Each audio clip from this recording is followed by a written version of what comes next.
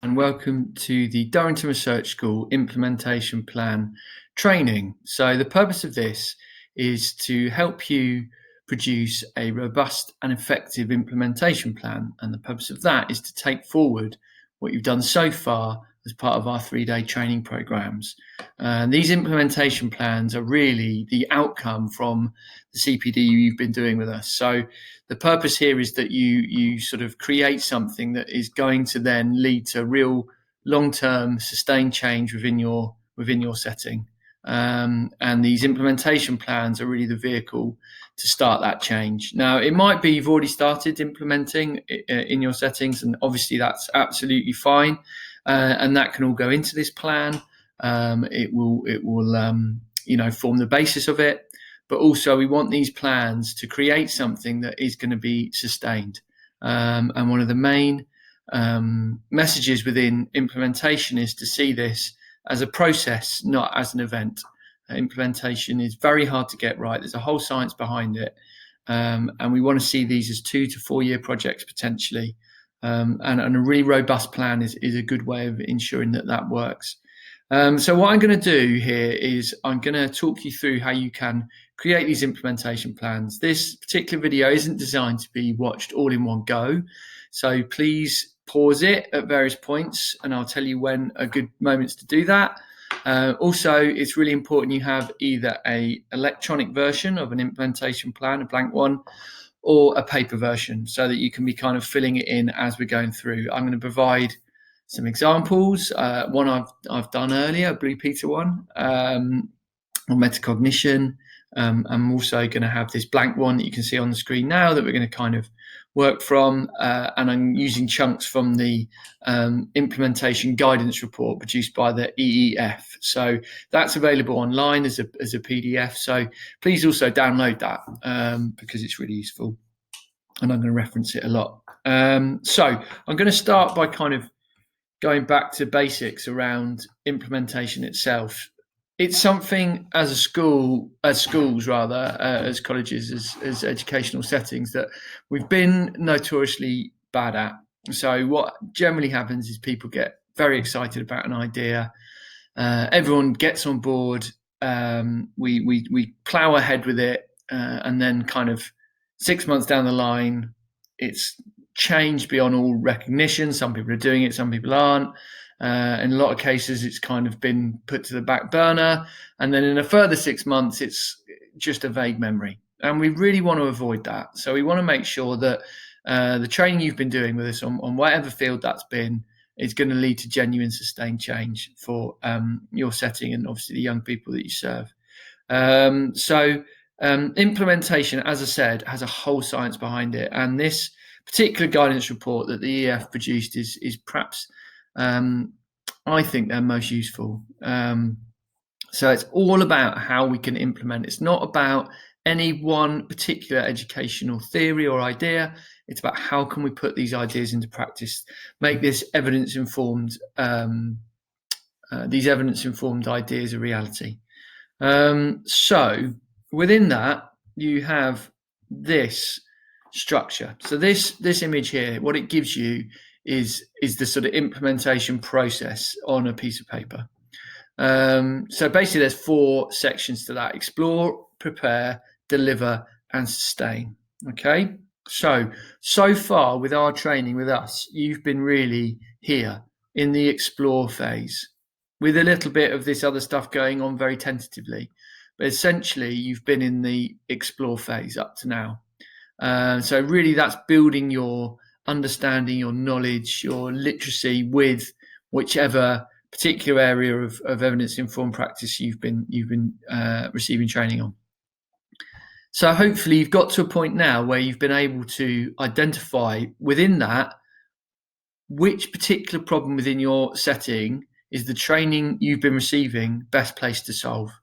Okay, and it has to be that way around. What we don't want you to do is pick the thing you like the best and try and implement it when actually that's not what the priority is in your setting. So it's really important to be focused on the problem first, and not try and find a problem to fit the solution that you like.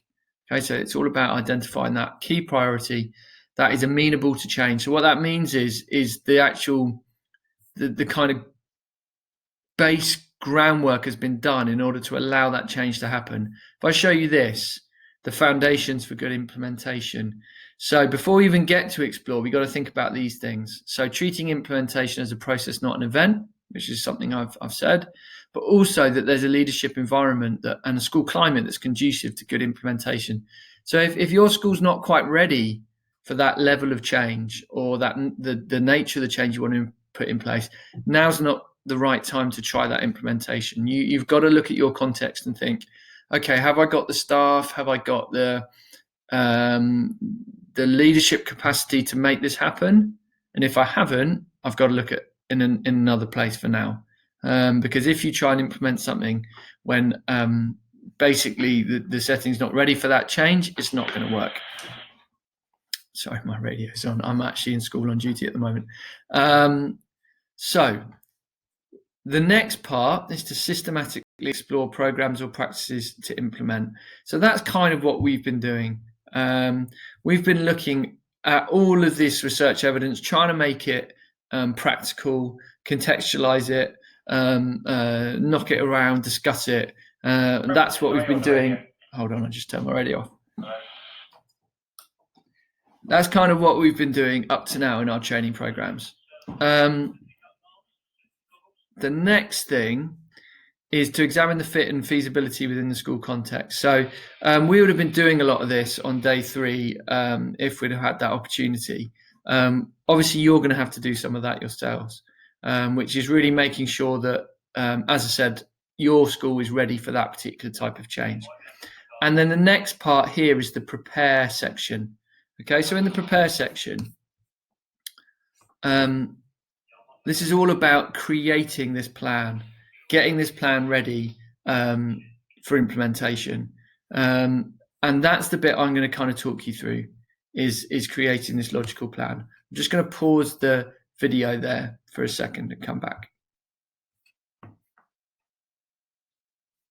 Okay, right, sorry, I'm back. I've just turned the radios off in the room. So, so what I'm going to be doing with you is really talking you through how you can create a clear, logical, and well-specified plan. This bit here, assessing the readiness of the school to deliver the implementation plan, is really important, and I'll talk you through what that kind of means as well. Because if you do that and you think, no, we're not quite ready for this yet, then you've got to go back to the plan. And then if you're ready, then it's about training the staff, developing the infrastructure, and then you get into deliver and sustain. Now, this particular video isn't about the deliver and sustain parts. This is about the prepare part. Okay, we've done the explore part. This is about the prepare part. Deliver and sustain is the part that comes after the plan. Okay. So as I say, we're going to be focusing here on the prepare section to create a clear implementation plan, judging the readiness of the school to deliver that plan, and then preparing staff and resources. Okay, so within that, you've got these 3 bullet points: to develop a clear, logical, and well-specified implementation plan, to thoroughly assess the degree to which the school is ready to implement the innovation, and once ready to implement, physically prepare for its use. Okay, so the practical way of doing that is to create something that looks like this, the implementation plan. Now, this is a sort of Durrington version of the implementation plan. There is an EEF one, and it's in the guidance report. You'll find it in there. But this is our version. We've just tinkered with it slightly just to make it more usable, and you'll have an electronic version of this that's been sent out to you. Okay, so that's a blank one, and this is a filled in one I did on metacognition last year. Okay, I'm going to kind of use both to help explain to you what each section is trying to do. This is the bit where I'm going to kind of talk you through a section and then get you to pause and have a go at it, and then keep going through that process in that way. Okay, so the first part of the plan, the implementation plan, and as I say, this is kind of like 2-3 sides, and this is your intervention kind of written down and articulated so that you can make it happen.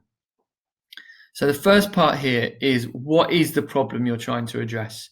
And looking at it from 3 perspectives: teachers, students, and attainment. Okay, so if you narrow down your thinking to a particular area. Okay, I'm going to use retrieval practice as kind of my example here for this particular practice plan, just because it's quite tangible. If you're not sure what retrieval practice is, I apologise, but I think that's the most tangible one to use. So if we've narrowed it down to retrieval practice, say we're thinking, right, what's the problem for teachers with retrieval practice? Might be students unable to remember key content in external exams. For students, the problem from their perspective might be regularly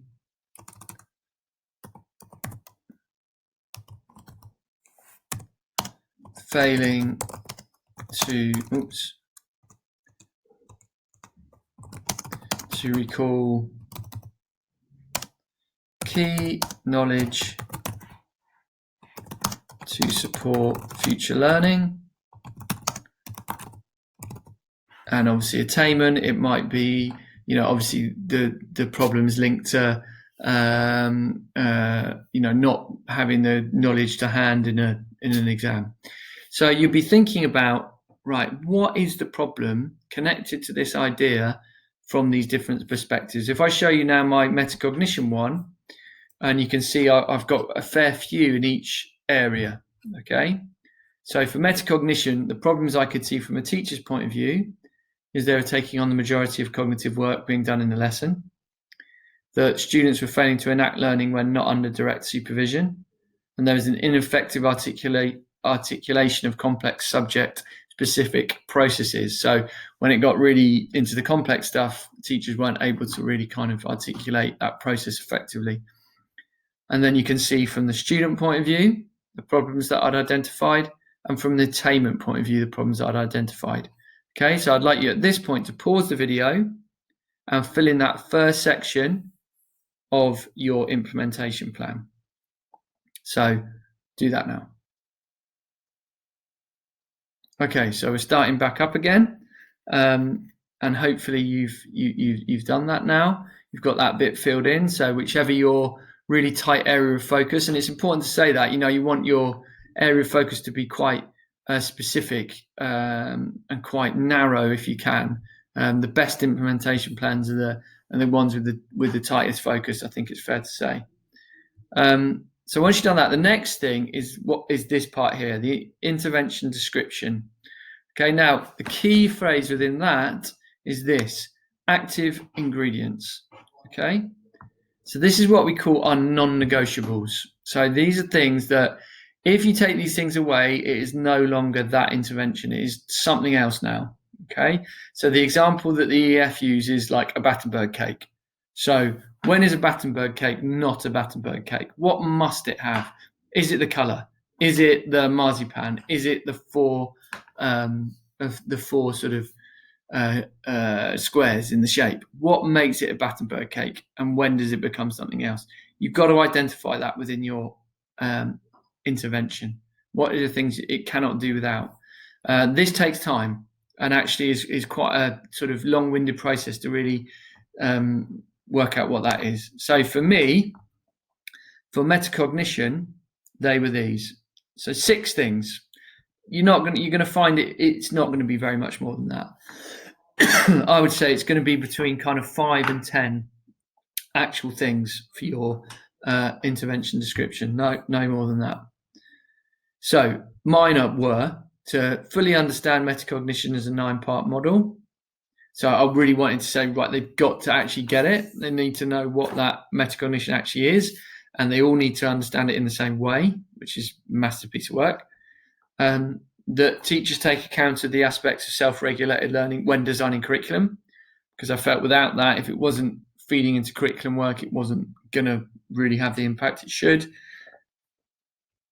That they are articulating their thinking when they were modelling.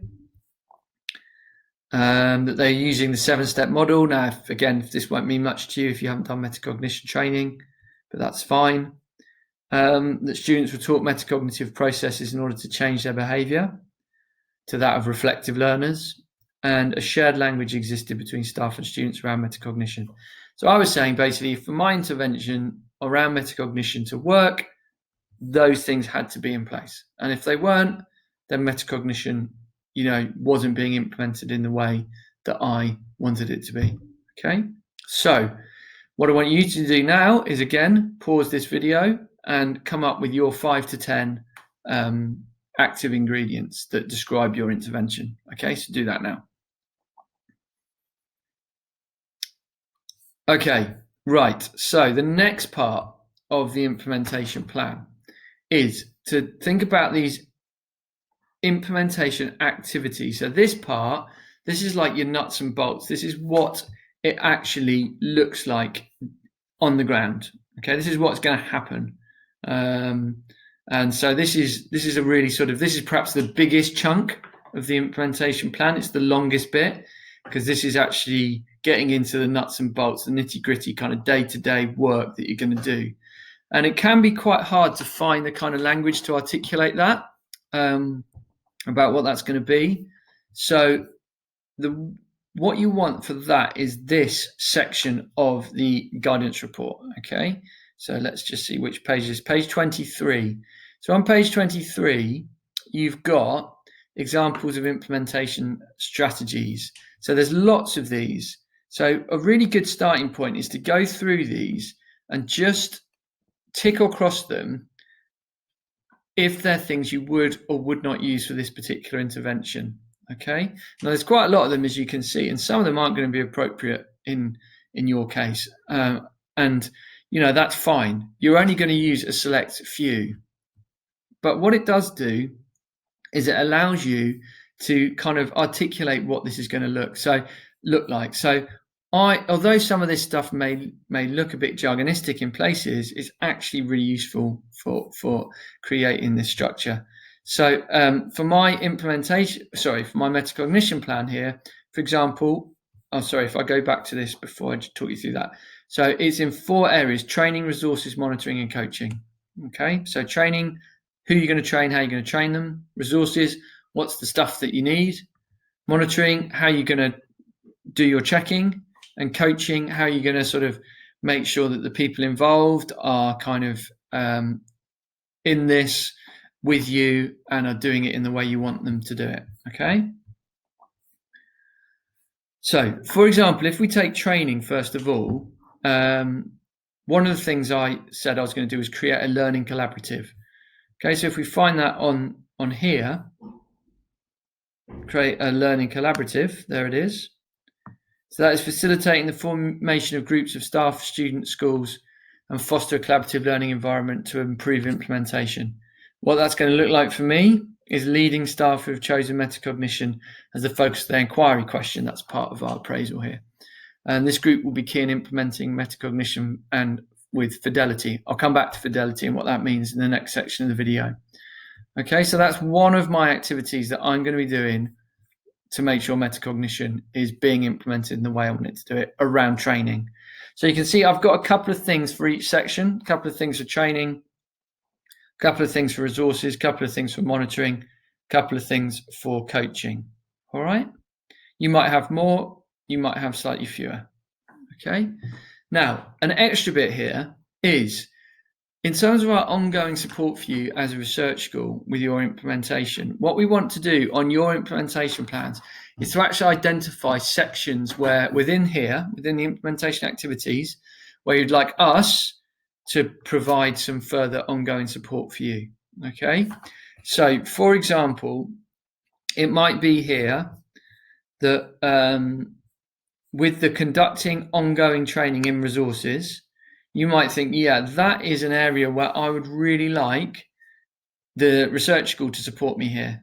Okay, so that's myself or one of the other members of the team actually kind of physically providing support, either coming into your school or doing it remotely, but providing some sustained support for you. So anything like that, we just want you to highlight it in blue for us, okay? So if you choose to highlight it in blue, put it on your implementation plans, and then when we have sight of these, we will know, okay, that's a bit that they want us to support with, okay? So we'd like you to do that for anything that you feel like we could really provide you some sort of specific support with. So as I say, you go through this, tick and cross, this one's right for me, this one's not. Then you go to your implementation plan, you use the headings from this list, and then you flesh it out with specific detail linked to your context and your intervention. Okay, so again, pause the video there and have a go at that.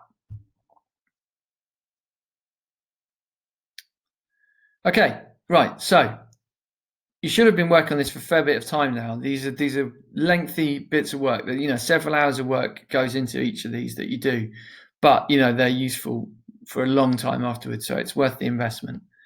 Okay, next we get to the outcomes section. So we've got implementation outcomes and student outcomes, and within that we've got 3 key words here: fidelity, reach, and acceptability. Now these should become a real common language, particularly for SLT in your school around implementation: fidelity, reach, and acceptability. So I just want to explain what each of them mean in this context. So fidelity, this is about whether the intervention looks the way you want it to look every time it's put into place.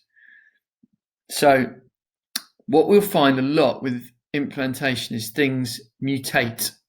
So you start off with this great idea, and then it goes out into classrooms, and you think you've explained it really well, you think everyone's on board, you think everyone's got it, and then you go and look at it in classrooms and it doesn't look the way you want it to look.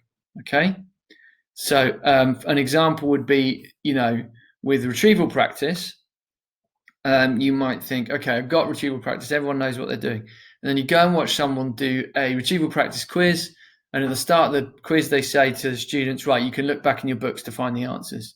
Immediately the effect of retrieval practice is diminished.